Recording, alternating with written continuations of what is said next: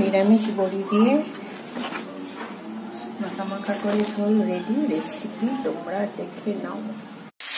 আজকে বানাবো নিরামিষ একটা ঝোল। এই যে সব সবজি কেটে নিয়েছি, কচু, ফুলকপি, আলু, ঝিঙে, ডাঁটা, কুমড়ো, গাজর, মূলো, এগুলো হচ্ছে দেখো সব সবজিগুলো ভেজে নিচ্ছি প্রথমে।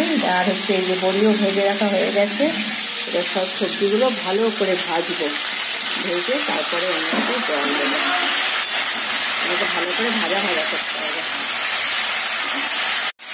এই দেখো খুব ভালো করে সবজিটা ভাজা হয়ে গেছে, একদম সুন্দর করে ভেজে নিয়েছি। এবার এটাকে জল মিশাবো। কপিগুলো একটু তুলে রেখেছি, যেহেতু কপি ছোটো ছোটো করে বানিয়েছি তো গলে যাবে, তো তার জন্য কপিটা তুলে রেখেছি, পরে দেবো।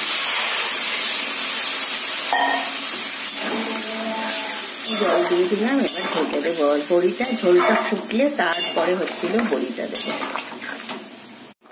এই দেখো বড়িগুলো আর ওই যে ফুলকপি ওই বড়িটা দিয়ে দিয়েছি, দিয়ে আর একটু জলও লাগবে, এতগুলো সবজি তো একটু টাইম লাগবে।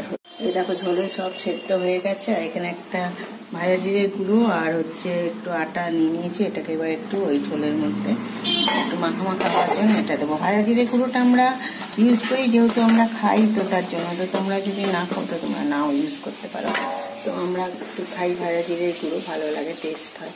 তো এবার এটা মিশিয়ে দিলাম।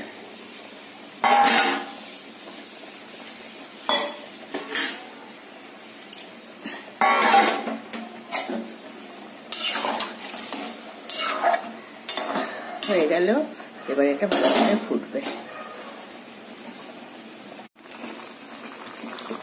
কমপ্লিট আমার বড়ি দিয়ে নিরামিষ ঝোল।